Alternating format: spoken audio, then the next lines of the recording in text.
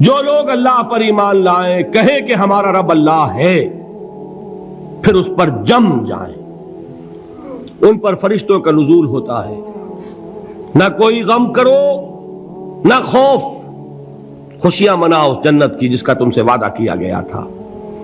اللہ کی ربوبیت پر اطمینان جب انسان کو ہو جاتا، میرا رب اللہ ہے، ربی اللہ، انسان کے لیے نہ کوئی کھٹکا، نہ کوئی خطرہ، نہ کوئی خوف، نہ کوئی حزن۔ جو کچھ ہو رہا ہے کس کے اذن سے ہو رہا ہے؟ اللہ کے اذن سے۔ اللہ کے اذن کے بغیر پتہ تک نہیں ہلتا۔ یہ کوئی اندھا بہرا مادہ نہیں ہے جس سے مجھے کوئی خوف ہو۔ اندھا بھینسا چلا آ رہا ہو اس سے تو ڈرنے کا ہر انسان کو ڈرنا چاہیے، نہ معلوم کس کو ٹکر مار دے، لیکن نہیں، اس کائنات کو چلانے والا ایک سمیع و بصیر خدا ہے، وہ جو میرا دوست ہے، میرا ولی ہے۔ اللہ ولی الذین آمنوا یخرجہم من الظلمات الی النور۔ اللہ اہل ایمان کا ولی ہے، ساتھی ہے، پشت پناہ ہے، مددگار ہے، حمایتی ہے۔ بتائیے جسے یقین ہو جائے کہ اللہ میرا مددگار، اللہ میرا محافظ، اللہ میرا پشت پناہ، اللہ میرا حمایتی، اس کے لیے کوئی خوف ہوگا؟ اس سے کوئی ڈر ہوگا؟ میں مثال دیا کرتا ہوں ایک بہت سادہ، پنجاب کے دیہات کی۔ تو بڑا چودھری ہے اور کوئی غریب کسان ہے، اس غریب کسان کے جانوروں کو ہر وقت اندیشہ ہوگا چوری کا، کوئی میری بھینس کھول کر نہ لے جائے، کوئی میرا بیل کھول کر نہ لے جائے۔ لیکن جس کے بارے میں یہ سب کو معلوم ہو کہ وہ جو بڑا چودھری ہے وہ اس کا دوست ہے، اس کی بچیا کو کوئی خوف ہوگا؟ اس کی بھینس پر کوئی ہاتھ ڈالے گا؟ اسے کوئی اندیشہ ہوگا؟ نہیں۔ کیوں؟ کہ وہ بڑا چودھری، بڑا اس کا یہاں کا سردار، جاگیردار، سب کو معلوم ہے وہ میرا دوست ہے، کوئی میرے خلاف اقدام نہیں کر سکتا۔ اس دنیا میں یہ چھوٹی سی بات اگر آپ کے دلی اطمینان اور سکون کا باعث بن سکتی ہے تو ذرا تصور کیجئے۔ میں لفظ تصور استعمال کروں گا صرف اس لیے کہ اس کا ہم جس کو کہتے ہیں ادراک اور شعور کر نہیں سکتے، اگر کے ساتھ کر سکتے۔ اگر یقین ہو کہ اللہ میرا مددگار اور یقین ہو کہ اللہ ہر آن میرے ساتھ ہے، پھر کوئی خوف، کس کا خوف؟ کوئی شے اللہ سے بالا تر ہے؟ کوئی قوت اس سے زیادہ طاقتور ہے؟ کوئی اس کے ارادے کو بدلنے والا ہے؟ کوئی اس کی مشیت کے آڑے آنے والا ہے؟ یہی بات ہے جو حضور نے فرمائی، یہ ایمان کا حاصل ہے لب لباب، کہ دیکھو اچھی طرح اس بات کو ذہن نشین کر لو، اگر تمام انسان مل کر تمہیں کوئی نقصان پہنچانا چاہے نہیں پہنچا سکتے، مگر جو کچھ اللہ نے لکھ دیا ہو، اور تمام انسان مل کر تمہیں کوئی نفع پہنچانا چاہیں نہیں پہنچا سکتے، مگر وہ شے جو اللہ نے طے کر دی ہو۔ آپ پھر میں کہوں گا ذرا طاری کیجئے، اسے فرض کیجئے، اسے سوچئے، اگر اس حدیث پر ہمارا دل ٹھکا ہوا ہو تو کسی سے ڈر ہوگا؟ یہ مجھے نقصان نہ پہنچا دے، یہ میری رپورٹ خراب نہ کر دے، یہ میری انکریمنٹ نہ رکوا دے، یہ میرا یہ نہ بگاڑ دے، یہ میرا یہ نقصان نہ پہنچا دے۔ اس کا ڈر، اس کا ڈر، اس کا خوف، اس کی خوشامد، اس کے لیے جا کر طرح طرح سے اپنی عزت نفس کو ذلیل کروانا اس کے سامنے، یہ سب کچھ کیوں کرتا ہے انسان؟ جب سمجھتا ہے کہ اس کے ہاتھ میں میرا کوئی نفع ہے، اس کے ہاتھ میں میرے لیے کوئی ضرر ہے، یہ مجھے کوئی گزن پہنچا سکتا ہے، یہ مجھے کوئی نقصان پہنچا سکتا ہے، یہ میرا کوئی کام بنا سکتا ہے، یہ میری کوئی ضرورت پوری کر سکتا ہے، اسی کا نام شرک ہے۔ جہاں آپ نے یہ سمجھا کہ غیر اللہ کے اندر کوئی طاقت موجود ہے، وہی شرک ہے۔ بتوں سے تجھ کو امیدیں، خدا سے نومیدی، مجھے بتا تو صحیح اور کافری کیا ہے؟ شرک تو یہ ہے۔ جس پر بھی تمہیں یہ خیال ہے، کلمہ ہے یہ کلمہ سوم، لا حول ولا قوت الا باللہ، ذرا اس پر دل کو کبھی اگر آپ تصور کریں، پھر فرض کریں، دل ٹھک جائے، اس پر کوئی طاقت نہیں۔ یہی بات تھی جو شیخ عبد القادر جیلانی رحمۃ اللہ علیہ نے اپنی وصیت میں اپنے بچے سے کہی. 11ویں دینے والے ہیں، لیکن حضرت شیخ عبد القادر جیلانی کی وصیت اور تعلیمات کو کتنے لوگ ہیں کہ جانتے ہو؟ یہ جن مقامات تک پہنچے ہیں وہ کس چیز کی بدولت پہنچے؟ انہوں نے جو پیغام دیا وہ کیا تھا؟ اے میرے بچے، جس طریقے سے قرآن مجید میں حضرت لقمان کی نصیحتیں جو ہے نقل کر دی گئی ہیں، میں یہ عرض کروں گا بالفرض اگر قرآن حضرت عبد القادر جیلانی کے بعد نازل ہوا ہوتا تو شیخ عبد القادر کی یہ نصیحتیں بھی قرآن میں درج ہوتی. اتنی اونچی نصیحتیں ہیں. اے میرے بچے، اس حقیقت کو ذہن نشین کر لے، لا فاعل فی الحقیقت ولا مؤثر الا اللہ. اس کائنات میں نہ کوئی فاعل حقیقی ہے نہ مؤثر حقیقی ہے سوائے اللہ کے. کسی شے میں کوئی تاثیر نہیں اگر اللہ نہ چاہے. آگ جلا نہیں سکتی اگر اللہ نہ چاہے. پانی ڈبو نہیں سکتا اگر اللہ نہ چاہے. زہر ہلاک نہیں کر سکتا اگر اللہ نہ چاہے. کوئی چیز فائدہ نہیں پہنچا سکتی اگر اللہ نہ چاہے. تو در در پہ کیوں سر جھکاتے ہو؟ در در پر کیوں جبیں سائی کرتے ہو؟ سب کے سامنے کیوں ہاتھ پھیلاتے ہو؟ ایک اللہ سے مانگو، ایک اللہ کے سامنے زمین پر اپنی جبین رکھو. لا فاعل فی الحقیقت ولا مؤثر الا اللہ. نظر آتا ہے ہمیں کہ پانی پیاس بجھا دیتا ہے. پیاس بجھانے کی صلاحیت پانی میں نہیں ہے، اللہ کے اذن سے. کھانا بھوک مٹا دیتا ہے، بھوک مٹانے کی صلاحیت کھانے میں نہیں ہے، اذن رب میں ہے. دیکھیے یہی یقین تھا. حضرت موسیٰ علیہ السلام کا واقعہ یاد کیجئے. سامنے سمندر آ گیا ہے، قوم دیکھتی ہے پیچھے کہ گرد و غبار کا طوفان ہے. معلوم ہوا کہ فرعون اپنے لشکر سمیت آ گیا ہے. لشکر جب چلتا تھا تیز رفتاری کے ساتھ تو گرد و غبار کا جو طوفان اٹھتا تھا اس کا تصور کیجیے. اور لمحہ بلمحہ وہ قریب آ رہا ہے. پوری قوم نے کیا کہا؟ اے موسیٰ انا لمدرکون، اے موسیٰ ہم کو پکڑے گئے. قرآن مجید نے تو یہاں وہ باتیں نہیں لکھی ہیں، لیکن تورات میں یہ درج ہے کہ بنی اسرائیل جھگڑنے لگے، دست و گریبان ہو گئے موسیٰ کے ساتھ. موسیٰ ہمیں یہاں مروایا لا کر، اس سے تو ہم ہی بہتر تھے. وہاں کھانے کو ملتا تھا، زندگی تو تھی، بیگار ہم کر رہے تھے، موت تو نہیں تھی. اب جو کچھ ہوگا اس کا تصور کرو، جس طریقے سے ہمارے ٹکڑے اڑائے جائیں گے. تو لڑ رہے ہیں حضرت موسیٰ علیہ السلام سے. یہ تورات کی تفصیل ہے. قرآن میں صرف اتنا آیا ہے، پریشان ہو کر انہوں نے کہا انا لمدرکون، موسیٰ ہم تو پکڑے گئے. اس وقت موسیٰ کا جواب کیا ہے؟ کلا ان معی ربی سیہدین. نہیں، میرے ساتھ میرا رب ہے، وہ راستہ دے گا. بتائیے کہاں راستہ نظر آ رہا ہے؟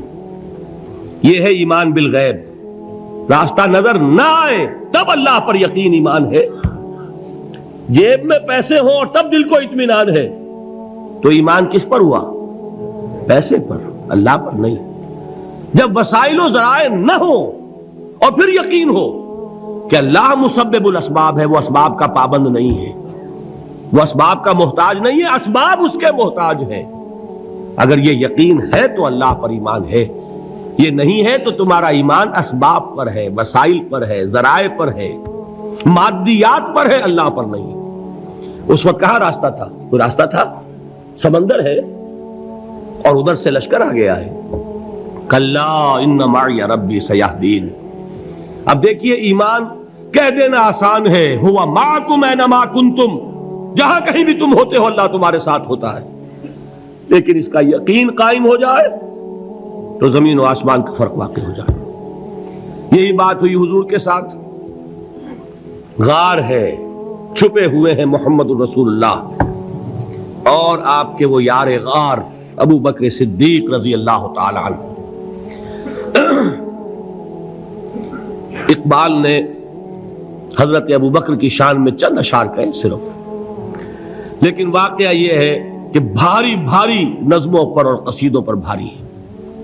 طویل ترین نظمیں اور قصیدے ہوں ان پر بھاری ہے. ہمت ابو بکر کی ہمت جو ہے کشت ملت را چو ابر، جیسے بارش سے کھیتی اپجتی ہے، ابو بکر کی ہمت اور عزیمت اس امت کو اسی طرح سینچنے والی ہے۔ ثانیے اسلام و غار و بدر و قبر، وہ دوسرے تھے اسلام میں، دوسرے پہلے کون تھے؟ انا اول المومنین، حضور فرماتے ہیں سب سے پہلا ایمان لانے والا میں، دوسرے ابو بکر۔ ویسے ہمارے ہاں یہ چلتا ہے اختلاف، حضرت علی پہلے ہیں کہ حضرت ابو بکر پہلے ہیں، لیکن اس میں بڑی خوبصورت تطبیق قائم کی ہے علماء نے، اور بہت صحیح ہے۔ چار کے بارے میں فیصلہ ہی مت کرو کہ کون پہلے ہے، ان کی ایک عجیب تقسیم کر دی ہے۔ آزاد مردوں میں، بالغ مردوں میں سب سے پہلے ابو بکر، بچوں میں سب سے پہلے علی، خواتین میں سب سے پہلے خدیجہ، اور غلاموں میں سب سے پہلے زید ابن حارثہ۔ بڑی پیاری تقسیم ہے، یہ چاروں ہی پہلے ہیں، ہر ایک کے لیے اولیت ہے۔ اور واقعہ یہ ہے کہ اگر زمانی اعتبار سے تعین ہوگا تو پہلے خدیجۃ الکبریٰ آئیں گی رضی اللہ تعالی عنہ، کسی اور سے بات کرنے کی نوبت بعد میں آ سکتی ہے، پہلے تو اہلیہ محترمہ سے بات ہوئی ہے، آتے ہی پہلی وحی ہوئی ہے، ابھی تبلیغ کا حکم نہیں تھا، کس کو بتایا واقعہ؟ ابھی اپنی نبوت کی تبلیغ کا تو حکم ہی نہیں آیا، واقعہ کس کا ہے؟ وہ خدیجہ کا ہے۔ جب کہا ہے کہ خشیت علی نفسی، مجھے اپنی جان کا اندیشہ ہے، تو کیا جواب دیا خدیجہ نے رضی اللہ تعالی عنہا؟ وہ صدیقۃ الکبریٰ ہے، صدیقات جو ہے خواتین ان میں چوٹی پر خدیجۃ الکبریٰ ہے رضی اللہ تعالی عنہا، اور صدیق جو مرد ہیں ان میں صدیق اکبر ہے ابو بکر صدیق رضی اللہ تعالی عنہ، لیکن صدیقات میں چوٹی پر۔ جب حضور نے فرمایا خشیت علی نفسی، کیا فرمایا، کیا عرض کیا، کیسے تسلی دی؟ نہیں نہیں، اللہ آپ کو ضائع نہیں کرے گا، آپ غریبوں کے ہمدرد ہیں، آپ مساکین کے تکالیف رفع کرنے والے ہیں، آپ بیواؤں کی سرپرستی کرتے ہیں، آپ مسافروں کی خدمت کرتے ہیں، اللہ آپ کو ضائع نہیں کرے گا۔ یہ یقین ہے اس خاتون کے اندر۔ خیر وہ ایک علیحدہ بات ہو جائے گی۔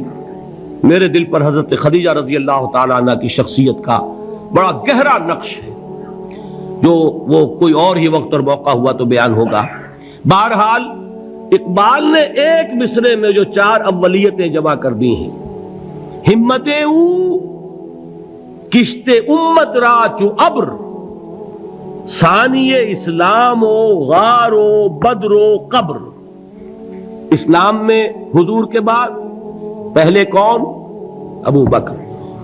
غار میں حضور کے ساتھ کون؟ ابو بکر۔ بدر کی رات اللہ کا رسول سربسجود، وہ جھاڑ، وہ گھاس پھوس کی جو جھوپڑی بنائی گئی تھی، اور وہاں تلوار ننگی لے کر پہرا دینے والا کون؟ ابو بکر۔ اور اس حجرہ عائشہ میں محمد کے بعد سب سے پہلے دفن ہونے والا کون؟ ابو بکر رضی اللہ تعالی عنہ وصلی اللہ علیہ وسلم۔ وہ جو معاملہ میں سنا رہا تھا غار ثور کا، حضرت ابو بکر بھی حضور کے خیال سے لرز گئے ہیں۔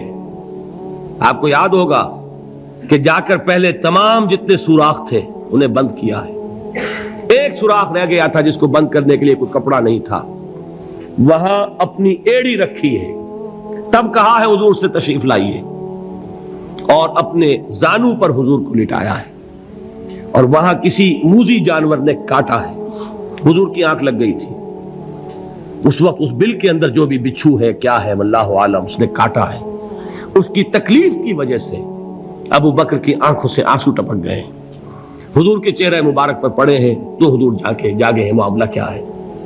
ایڑی نہیں ہٹائی وہاں سے، مبادا وہ جانور وہاں سے نکل کر محمد الرسول اللہ کو کوئی گزن پہنچا دے، ابو بکر کی ایڑی ہے، جس طرح چاہے کھا لے، ختم کر دے، جان نکل جائے تب کوئی آنچ آئے، محمد پر تو آئے، لیکن جیتے جی نہیں۔ وہ ہے ابو بکر۔